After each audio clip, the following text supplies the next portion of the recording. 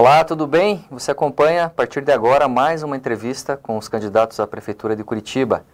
Esse bate-papo visa garantir um espaço de debate para que o curitibano e a curitibana possam conhecer melhor os candidatos. O nosso objetivo é ajudar você nessa escolha. Essa iniciativa da TV Profissão, canal 67, pelo satélite Star One C2, é retransmitido também pela ISTV, canal 15 da NET Curitiba e RMC TV, canal 5 da NET para a região metropolitana de Curitiba. Nós contamos aqui com a presença da candidata Carol Arnes, do Podemos. Mas antes de apresentar aqui a nossa candidata, eu vou chamar aqui a mensagem do TRE.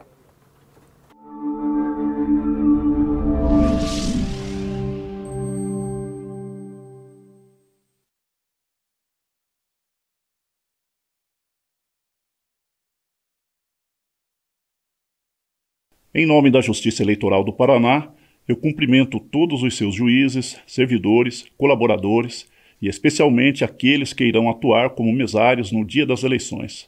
Sem esquecer, é claro, dos cerca de 8 milhões de eleitores paranaenses. Afinal, é para os eleitores que a Justiça Eleitoral trabalha. Mesmo em tempo de crise decorrente da pandemia, que atingiu toda a humanidade, como vivemos em um país democrático, temos a responsabilidade de, com todos os cuidados necessários, realizar as eleições. A eleição é um elemento essencial de uma nação democrática, pois é através do voto que a soberania popular, o poder do eleitor, se concretiza, nascendo dali os demais direitos que a nossa Constituição nos garante. Portanto, amigos, para tranquilizar a todos, temos a grande alegria de informar que o Tribunal Superior Eleitoral, juntamente com o Tribunal Regional Eleitoral do Paraná, já estão providenciando, principalmente através de doações realizadas por várias instituições privadas, a fabricação de milhões de máscaras, de álcool em gel, protetor facial, face shield e outros materiais necessários para que, principalmente, os mesários e os colaboradores da Justiça Eleitoral possam, com a maior segurança possível, trabalhar no dia das eleições. Não deixe de participar, seja um mesário ou um colaborador voluntário da Justiça Eleitoral do Paraná. Você, eleitor, não deixe de votar. Seu voto tem poder. Com fé, cuidado e coragem, sairemos dessa crise mais fortes do que nela entramos. Um grande abraço a todos.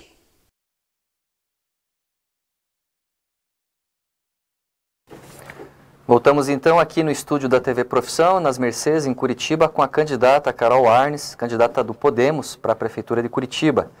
A Carol Arnes tem 44 anos, é advogada, administradora e também mestre em gestão da produção.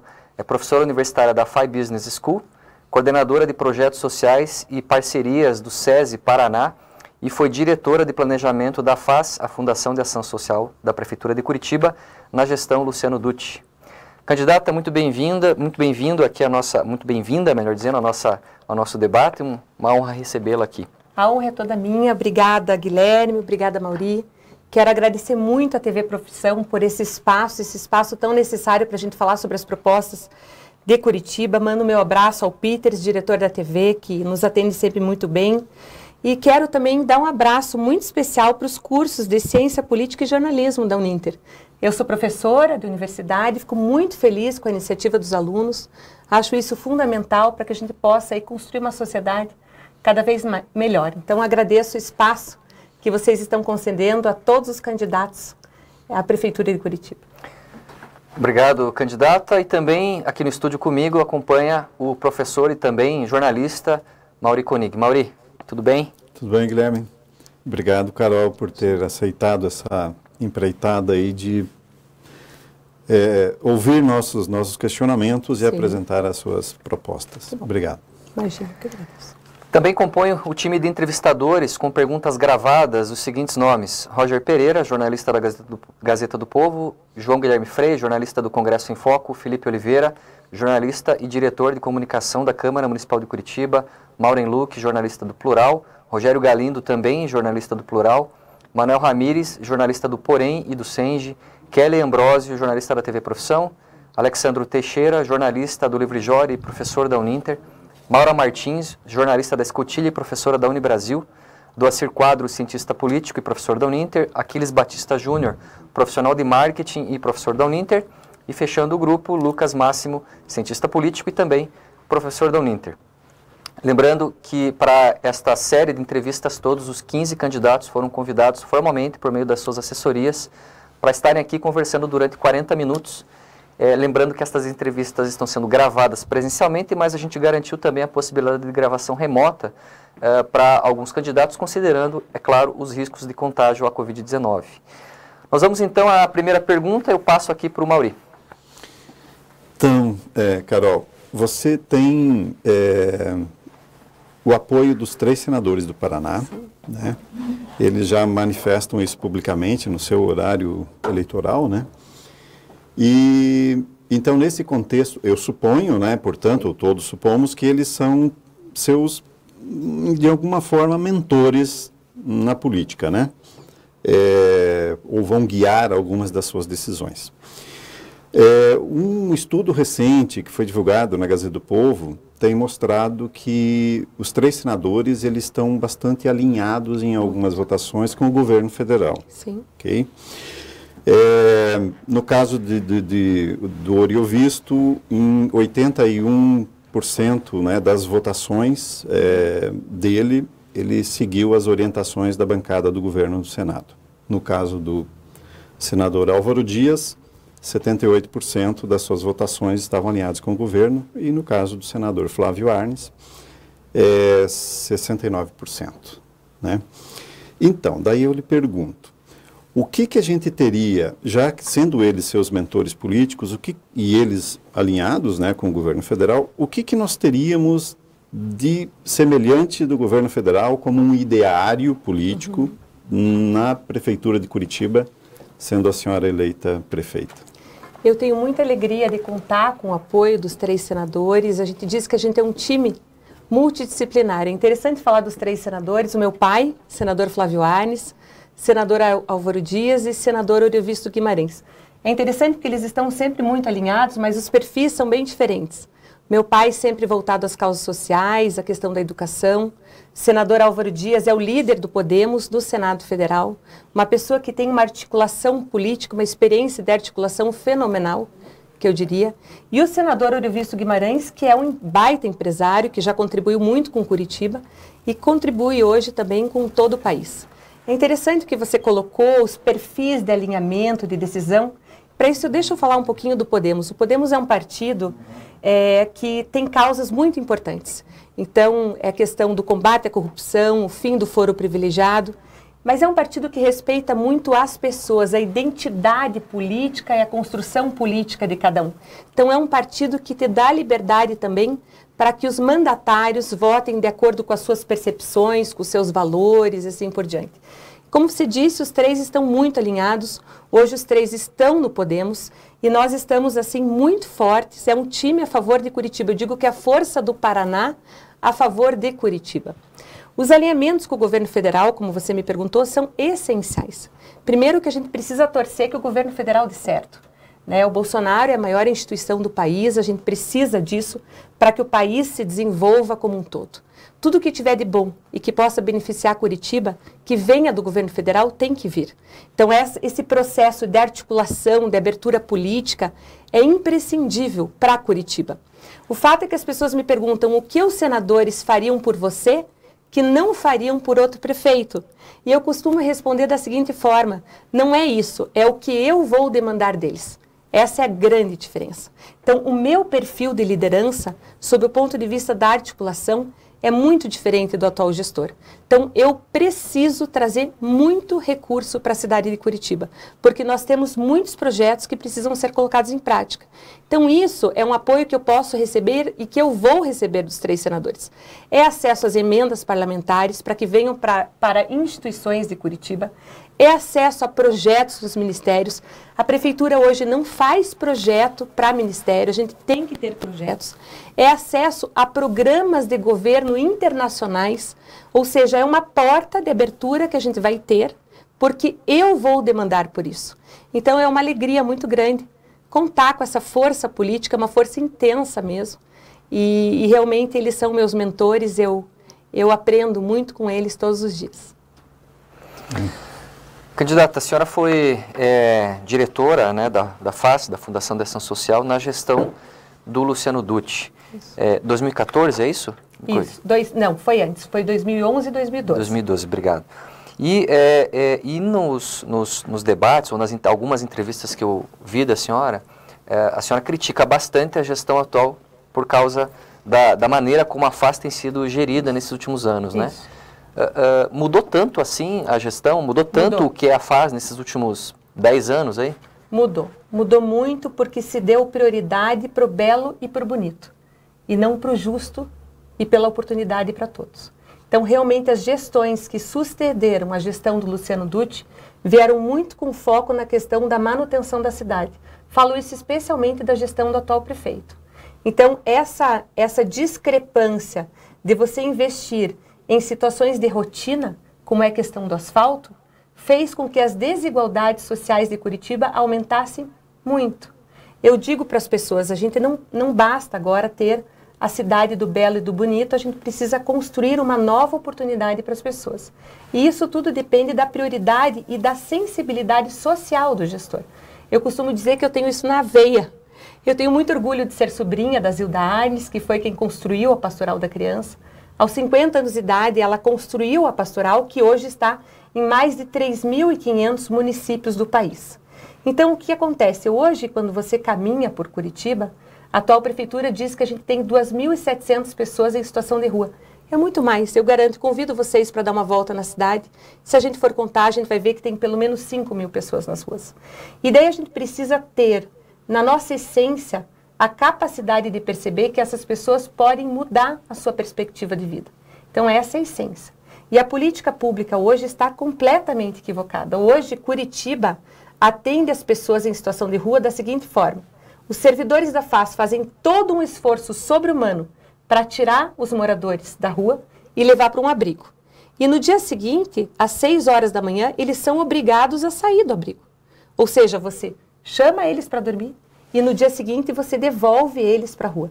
Isso não é uma política, isso não é um programa social. Qual era a diferença? Isso é uma pensão. A diferença em relação ao que a senhora fazia naquela época? A diferença é que naquela época a gente tinha as unidades de acolhimento e nós tínhamos entidades sociais que faziam o acolhimento das famílias. Hoje, com o aumento desse número de pessoas em situação de rua, não se está dando conta disso. Nós ainda temos algumas entidades que fazem acolhimento de família, mas isso não é mais suficiente. Então hoje, por exemplo, eu conversei com um casal que está morando há 10 meses na frente do mercado municipal de Curitiba. Eu perguntei por que vocês não vão para as unidades de acolhimento da FAS? Porque hoje, se uma família precisar ser acolhida, não existe. Por quê? Porque o terceiro setor não está sendo valorizado. A prefeitura não está chamando o terceiro setor que sabe como acolher para contribuir na política pública das pessoas em situação de rua. E isso, na minha época, existia. Então, a prefeitura, ela parte do pressuposto que ela é capaz de fazer as coisas sozinha. E ela não é. E para isso eu estou vindo para ser prefeita de Curitiba. Então, hoje, o que acontece, Guilherme? Então, você vai, a família não quer ir para o abrigo, porque se ela for para o abrigo, o pai vai ficar num lugar, a mãe vai ficar em outro, a criança vai ficar em outro, e se tiver cachorro, o cachorro vai ficar na rua. E eu falo do cachorro de uma forma muito séria, porque a política de assistência social diz que você tem que acolher a família com o animal, a pessoa com o animal é obrigação nossa. Isso não é uma conversa fiada, isso é sério, isso é técnico. Então, sabe, isso me lembra muito a política do Trump em relação aos imigrantes ilegais. Se vocês forem lembrar, o mundo inteiro disse para ele, inclusive quem apoiava o Trump, isso é violação de direitos humanos, porque ele separava, ele colocava o pai num lugar, a mãe em outro, o filho em outro. E o mundo inteiro se voltou contra ele por uma questão de violação. E eu pergunto, em Curitiba, isso é o quê? Qual é a nossa capacidade de criticar as nossas ações? Então é fácil olhar para os Estados Unidos e dizer que é violação de direitos humanos, e a mesma situação acontece na nossa esquina e ninguém fala absolutamente nada. Então a gente tem que política que a gente tem que ter? Como é que a gente resolve isso? Primeiro a gente tem que ouvir as pessoas, porque daí a gente vai perceber que cada morador de rua precisa de uma solução diferente. Eu tenho pessoas em situação de rua que têm problema com álcool e outras drogas, e daí eu preciso ter uma unidade de acolhimento e durante o dia atender ele na área da saúde. Eu tenho uma outra situação, que é uma família que precisa ser resgatada, e daí eu preciso arranjar emprego para essa pessoa, né? Eu tenho outras situações de pessoas que brigaram na família, que a família está em Curitiba. Falei com o seu José, que ficava dormindo na frente da drogaria Raia, na frente ali da Avenida Água Verde, e ele me disse, olha, eu briguei com a minha filha que mora em Campo Largo, e o meu filho é usuário de crack em Curitiba e não me deixa entrar em casa, e eu estou dormindo na rua. É um outro tipo de solução. Então, a gente precisa estar mais atento, a gente precisa ouvir mais, a gente precisa acreditar que as pessoas têm as soluções necessárias para a vida delas. Qual que é a solução para esse grupo de pessoas que são usuárias de drogas, que estão nas ruas? O que a gente pode fazer? Porque é um problema crescente em Curitiba. É um problema crescente e é sério. E eu, inclusive, fico muito preocupada com a política do SUS. Porque o que acontece hoje? Hoje, uma pessoa que é dependente de álcool e outras drogas, o SUS paga 60 dias dentro de um hospital. Então, por exemplo, você tem o Hospital San Julián, que fica ali em Piraquara. Então, uma pessoa é levada para lá, fica 60 dias e pode ficar no máximo 90 dias. A partir disso, ela é impedida de ficar lá. E eu tenho, na minha essência, já fiz parte do Conselho de Políticas sobre Drogas do Estado do Paraná, que 90 dias não é um tempo suficiente para que a pessoa consiga ser resgatada desse processo. Então, a gente precisa criar um ciclo, criar um fluxo, criar uma política pública para isso. E essa política pública, após a pessoa receber intervenção hospitalar de saúde, ela precisa acontecer por meio do terceiro setor. E as comunidades terapêuticas, até hoje no Brasil, há anos, são jogadas de um lado para o outro. E são jogadas de um lado para o outro em Curitiba também. Porque daí você chega na Secretaria da Saúde e a saúde diz que é da assistência. Chega na assistência e diz que é da saúde. E eles ficam sendo jogados de um lado para o outro. A gente precisa assumir isso. A gente precisa trazer o terceiro setor para contribuir com a gestão. Quando a gente faz isso, a gente reduz, inclusive, os valores de investimento na nossa cidade. E hoje, sabe, Guilherme, todas as entidades do terceiro setor estão muito vinculadas à FAS, a Fundação de Ação Social de Curitiba, porque a FAS cuida de criança e adolescente, a FAS cuida do idoso, a FAS cuida criança, adolescente, idoso, pessoa com deficiência, certo? E assistência social. Mas a gente tem que também entender que as organizações sociais estão em outras áreas, na área da cultura, na área do meio ambiente. Então, nós precisamos fazer uma gestão mais articulada. Desculpa, eu não quero monopolizar, mas uma perguntinha. A senhora é contra ou a favor a internação compulsória? Olha, existe um entendimento da internação compulsória que quando a pessoa está com risco de vida, é possível pedir para o Ministério Público para que aconteça essa internação compulsória. Então, eu tenho duas linhas de raciocínio. Primeiro, quando a pessoa é acima de 18 anos, a gente é obrigado a pedir autorização para que haja internação compulsória. Abaixo de 18 anos, eu entendo que a gente pode fazer essa internação compulsória. Ok. Essa é uma percepção minha, né, sobre o assunto. Nós temos aqui algumas perguntas que foram selecionadas para cada candidato, daquele grupo de jornalistas que mandaram suas entrevistas, as suas perguntas, e uma delas é do Manuel Ramires, que é jornalista do Porém e do Senge. Então, nós temos aí uma questão dele. Por favor. A senhora foi à Associação Comercial do Paraná, entidade que defendeu o retorno das atividades normais no meio da pandemia e disse que o poder público tem que deixar de ser obstáculo para o comércio. Candidata, proteger vidas é um obstáculo? A senhora acha que o poder público errou, por exemplo, nas medidas de isolamento social para impedir a contaminação e as mortes? Foi demais?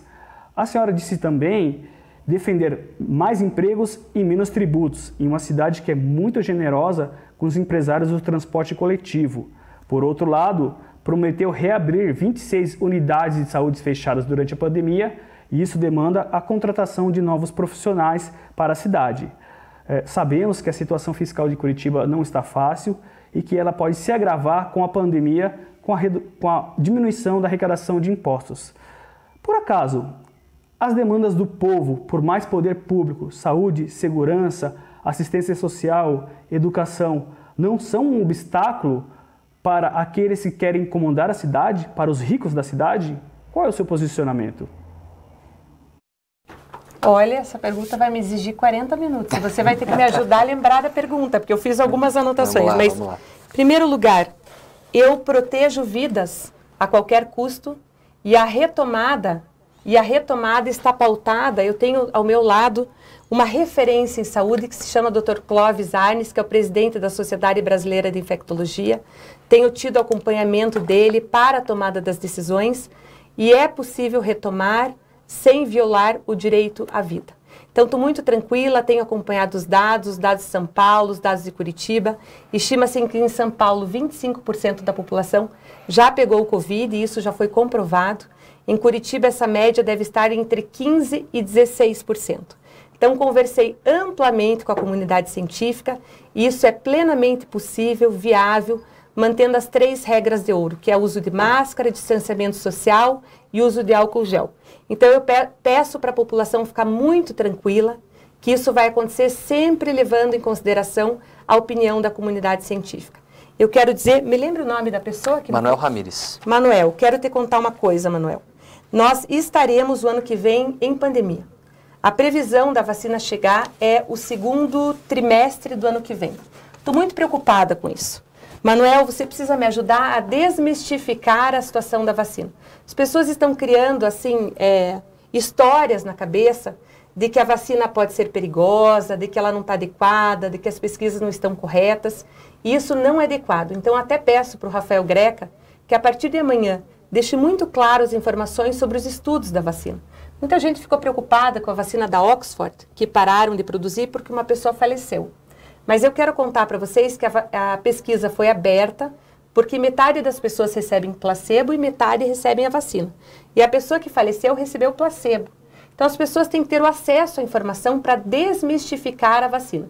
Então, eu preciso realmente que a vacina, pensando no que você me perguntou em relação à saúde, eu te respondo dizendo o seguinte: a vacina na minha gestão será obrigatória, ela não será facultativa.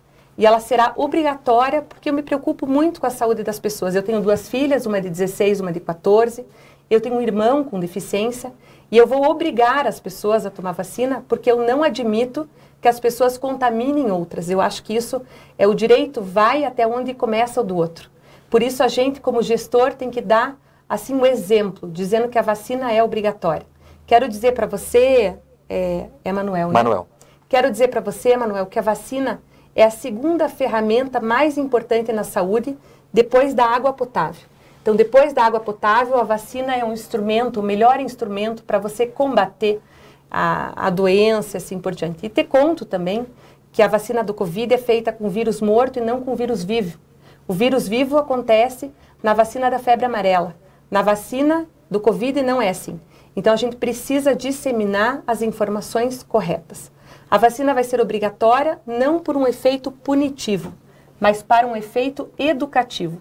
Se o gestor chegar e dizer, olha, não é necessário tomar vacina, a população vai ter aquela sensação de que a vacina não é boa. Não, para mim, a vacina é obrigatória porque eu concordo com você que a saúde é em primeiro lugar. Agora, eu vou retomar as aulas e já tenho conversado sobre isso com profissionais da educação, com diretores das escolas municipais e todos são a favor disso. Por quê? Porque a vida é importante, mas direitos de crianças também estão sendo violados. Estou muito preocupada com a questão da alimentação, muito preocupada com a violência dentro de casa, muito preocupada com futuros traumas que vão ser gerados, que vão gerar um problema daqui longos anos. Então, eu estou ao lado da comunidade científica e vou fazer isso com muita tranquilidade. Só que tem uma diferença entre eu e o atual gestor. Eu vou assumir toda a responsabilidade e sou eu que vou estar na linha de frente. Não vou deixar a secretária de saúde assumir isso, porque as pessoas esperam de uma liderança, segurança, credibilidade e tranquilidade. E é isso que eu vou passar para todos vocês. Candidata, então, dentro desse, deixa eu pegar o gancho para fazer uma pergunta. Como, né, a senhora diz que na sua gestão a vacina vai ser obrigatória, mas como trabalhar dessa forma, tendo, por exemplo, o presidente da República e vários, né, dos seus assessores diretos, que trabalham exatamente contra isso, inclusive assumindo que não vai tomar a vacina de jeito nenhum. E assim, eu ponho a pergunta nesse contexto, retomando aquela pergunta inicial que eu fiz, quando os seus 3 mentores políticos, quando eles dão suporte ao governo federal, eles, em alguma medida, também estão validando o que faz o governo federal na figura do presidente. Como trabalhar tentando convencer a população e obrigando-as a tomar a vacina, com a cúpula do poder nacional trabalhando, fazendo exatamente o oposto. Então, será o nosso diálogo. Eu acho que é essa capacidade, essa força que a gente tem que desenvolver hoje.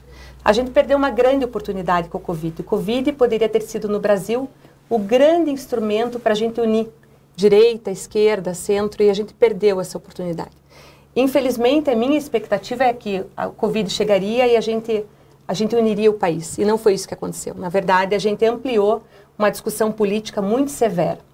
E eu entendo que para o presidente não vai ter problema ele ter uma prefeita que diga que a vacina é obrigatória.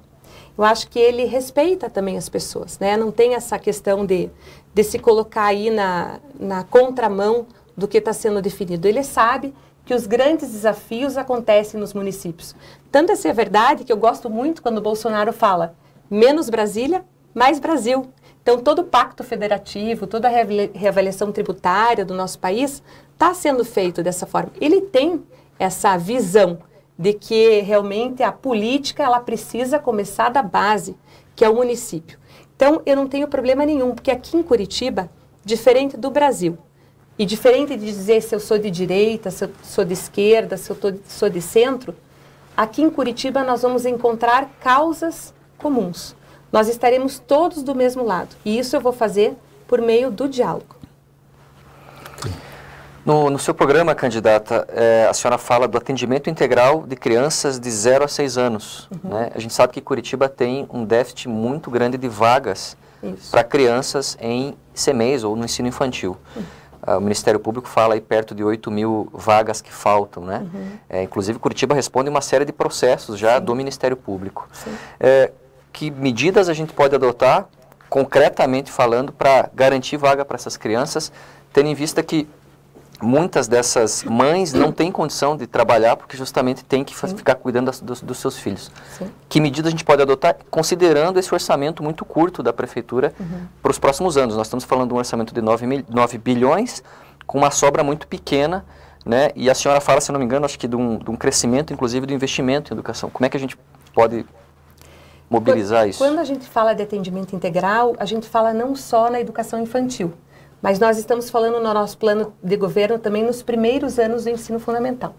Então, os CMEIs hoje eles têm uma educação integral, mas nós estamos com muita dificuldade no horário, porque às vezes as mães têm que buscar os filhos às 5 horas da tarde, precisam sair antes do trabalho, então a gente precisa reajustar esse tempo, né, que os CMEIs, que são as creches, ficam abertos. Hoje em Curitiba a gente tem os CMEIs e os CEIs, né, Centros Municipais de Educação Infantil e Centros de Educação Infantil, que são unidades conveniadas. Esse problema de vaga de creche já vem há muitos anos, há muitas gestões, e a gente precisa dar conta disso. Eu tenho conversado já com as entidades privadas, que têm sofrido demais em função da pandemia, para que a gente possa fazer convênios para que todas as crianças tenham acesso à vaga. Então, a gente precisa gerar vaga, não dá tempo de construir creche.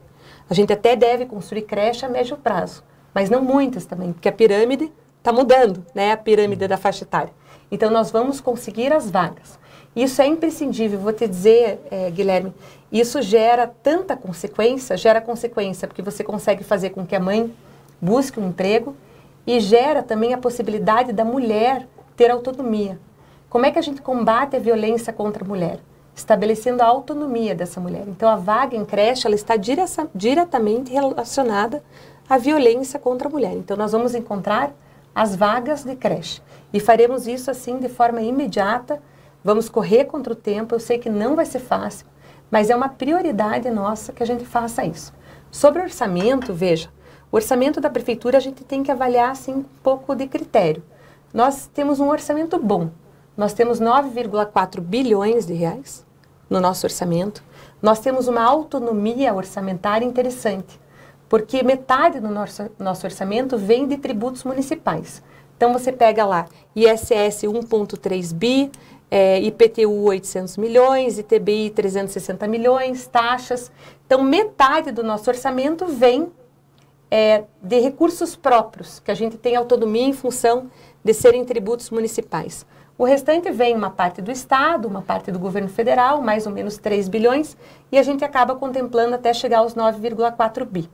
Nós temos que fazer uma avaliação desse orçamento. Nós temos contratos que estão efetivamente caros. Então, qual é o maior contrato que eu tenho na prefeitura? Então, hoje eu tenho um contrato anual de R$1 bilhão por ano, que é com a Cavo, né? Não estou dizendo que tem desvio de recurso, não é isso. Eu só quero saber o que a Cavo traz de contrapartida social para as pessoas que moram em Curitiba.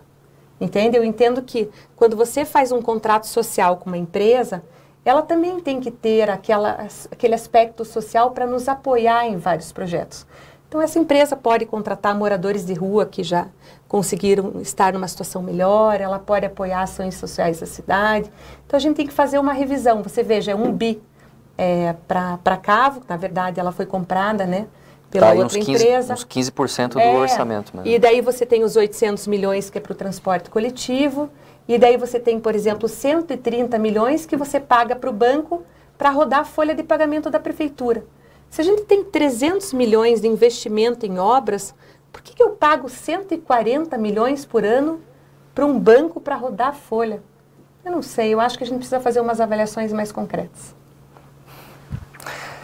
Nós temos aqui também a questão do Roger Pereira, que é jornalista da Gazeta do Povo. Ele também reservou aqui uma questão para a senhora. Então, pessoal da produção, por favor, vamos lá. Zerar a tarifa do transporte coletivo é promessa de campanha de candidatos à Prefeitura de Capitais desde a redemocratização. Alguns desses candidatos já foram eleitos com essa promessa e não conseguiram cumpri-las. Não há no mundo uma cidade com mais de 1 milhão de habitantes que conseguiu estipular o transporte público gratuito. E essa proposta está no seu plano de governo. Como viabilizá-la? Com muita alegria está no nosso plano de governo. Nós vamos viabilizar ela aos poucos. Então, o que eu quis dizer com a tarifa livre? Está previsto no nosso plano de governo tarifa livre. Esse tem que ser o nosso horizonte. Nós, em Curitiba, sempre estamos caminhando para o lado errado. A gente caminha sempre para reajustar de forma permanente a tarifa do transporte coletivo. Então, eu fico muito chateada com os gestores, porque os gestores ficam muito preocupados em estabelecer suas marcas em 4 anos de gestão. Se a gente estabelece uma política pública nessa linha, a cidade não avança. A cidade só avança quando a gente toma decisões que vão ser lembradas daqui 10, 20 anos. Esse é o grande diferencial da gestão de uma cidade. Então, daqui 10 anos, ninguém vai lembrar do asfalto. Asfalto é rotina, asfalto é manutenção. Eu quero saber o que foi feito hoje na cidade que vai ser lembrado daqui 20 anos. É isso que me preocupa. Então, a gente precisa colocar a tarifa livre porque a gente precisa de uma gestão ousada. Qual que é a nossa meta no caminho rumo à tarifa livre? A nossa meta é reduzir a tarifa do transporte coletivo em 50%, pela metade, já em 2 anos de gestão. Como eu tenho essa área de gestão muito forte, eu gosto de estabelecer meta e prazo. Como é que nós vamos fazer isso? Nós vamos fazer isso da seguinte forma. Não existe caixa preta da URBS. Não existe caixa preta, verde, amarela, azul, não existe. Existe uma tabela de custos que é pública e que precisa ser avaliada. A nossa equipe do plano de governo já avaliou isso. Eu consigo reduzir 15% do custo do transporte coletivo. Então, 15% vem da redução do custo. 15% vem das gratuidades. Que gratuidades são essas? O governo estadual e o governo federal, eles dizem para quem a gente deve encaminhar a gratuidade. E se eles dizem para quem, eles têm que remunerar isso, eles têm que pagar por isso. Então, 15% eu vou cobrar do Estado e do governo federal. E ainda faltam 20% para eu conseguir a metade. Então, esses 20% vão vir de parcerias público-privadas. Como é que vão ser essas parcerias público-privadas? Eu vou chamar as organizações de uma forma lícita, chamamento público, assim por diante, para se utilizarem dos terminais de transporte coletivo, dos pontos de ônibus. Hoje a gente tem 7 mil pontos de ônibus e só 3 mil com publicidade. Mas o grande diferencial é que a gente vai usar o cartão transporte como cartão multifuncional. Então, com rede de lojas, rede de supermercados. E eu vou buscar dinheiro de quem mais tem dinheiro nesse país, que se chama banco. Eu vou transformar o cartão transporte num cartão de crédito, que eu acho que vale a pena. Sabe por quê? Porque se eu fizer isso, se eu reduzir a tarifa do transporte coletivo pela metade, e eu vou fazer isso, eu vou fazer a maior distribuição de renda do país, independentemente de classe social. Eu peço que você me ajude a fazer a conta. Quem pega um ônibus para ir trabalhar e um ônibus para voltar, gasta R$ 9,00 por dia. Uma família de 4 pessoas investe R$ 800. Se eu precisar pegar 2 ônibus para vir e 2 ônibus para voltar, uma família investe R$ 1.600 de ônibus por mês. Então, a metade significará a destinação de R$ 400 a R$ 800 por família. Até fui pensar aqui no valor. Então, de 400 a 600. Tá bom de matemática. Não posso me confundir, porque às vezes a gente vai ficando cansada com a campanha e daí a gente vai se perdendo. Mas vamos lá. Bolsa Família, 200. Renda Brasil, 300. Nós faremos a maior distribuição de renda do país via transporte coletivo. E as pessoas me perguntam, Guilherme, Carol, você vai criar um programa emergencial de renda mínima? Não. Eu vou criar um programa de renda permanente que se chama emprego. É isso. Eu queria aproveitar, deixa então, candidata, o contrato com as empresas de transporte de Curitiba vence em 2025. Vence. Né? Então, não será nessa próxima gestão, que pode ser a sua gestão, que teremos mudanças radicais no sistema de transporte. Mas é possível que essas mudanças venham com a gestão de uma nova forma de contrato, que essa próxima gestão vai preparar o terreno para isso, né? Como se dará a licitação. E aí, eu acho que nesse novo contrato é que se pode ter mais chance, na minha visão, de fazer essas reduções dos custos da tarifa, né? A senhora vai fazer alguma mudança ou preparar o terreno para mudanças mais radicais para os futuros contratos das empresas de transporte, porque parece há muitas queixas, né, que não há transparência, que o serviço não está bom, que o serviço é caro, enfim, ou seja, algo precisa mudar, né? Tá. Então eu vou até olhar para a tela, é para cá que eu olho, para olhar olho no olho dos telespectadores. Eu vou dizer uma coisa para vocês. Nós temos que tomar atitudes já, senão a licitação não vai dar certo. Então, se eu não tiver mudança agora, não vai adiantar eu estabelecer uma regra de licitação. Vou dar só um exemplo para vocês. Um dos grandes gargalos nos contratos de licitação do transporte coletivo de Curitiba se chama garagem de ônibus. Ou seja, você faz uma licitação e você tem que obrigar as empresas a ter a garagem de ônibus para guardar as garagens de ônibus, para guardar os ônibus nas garagens. E como você tem só as mesmas empresas com as garagens, você não consegue promover uma concorrência maior. Então, a gente vai obrigatoriamente ter que desapropriar as garagens dos ônibus. As garagens dos ônibus, elas têm que se tornar públicas, senão eu não vou chegar a um aumento da concorrência na próxima licitação. Então, todo esse arranjo para construir as novas regras para aquilo que vai vencer no ano de 2025, vão exigir da nossa gestão atitudes pontuais, porque senão eu não vou conseguir criar uma regra nova. Então, eu não sei se fica claro para você. Isso é muito sério. Isso é muito sério. Não basta o gestor dizer, não, eu vou estabelecer uma regra que amplie a concorrência. Não, eu preciso tomar atitude para isso, porque senão eu não vou chegar ao resultado que eu quero. Então, a gente precisa ter uma concorrência mais aberta. Agora, além disso, se você me permite falar um pouco mais sobre mobilidade, nós vamos criar um novo eixo dentro da nossa cidade, que é a linha férrea. A linha férrea sai do Alto da 15 e vai até a região metropolitana de Curitiba. Tecnicamente, uma linha férrea não pode estar dentro da cidade. Mas para você conseguir fazer o anel ferroviário, esse anel ferroviário é discutido há mais de 15 anos e ninguém toma uma decisão sobre isso. Então, nós temos que buscar recurso público externo, fonte de recurso externo, para a gente buscar isso. Vocês vejam a quantidade de acidentes que está acontecendo dentro da cidade, gente. Eu tive no Icaraí, uma criança foi atropelada, agora a gente teve um problema com micro-ônibus, mas tudo isso aconteceu também no micro-ônibus por falta de investimento da prefeitura nas elevações de nível. E então, falta de sinalização nesse lugar. Falta de sinalização. Assim. Então, a primeira coisa, gente, é resolver as elevações de nível, custa R$300 mil cada uma, nós vamos fazer. Nós temos 35 em Curitiba. Contem comigo, segurança em primeiro lugar. Mas se o contrato só vence em 2025... como é que a gente consegue fazer com que a passagem desça a partir de agora, já a partir do ano que vem? A passagem é plenamente possível. Na verdade é o seguinte, quando a gente fala da passagem do transporte coletivo, eu vou explicar isso para vocês. Hoje o contrato é por passageiro. certo? Então, hoje o contrato é por passageiro e não por quilômetro rodado.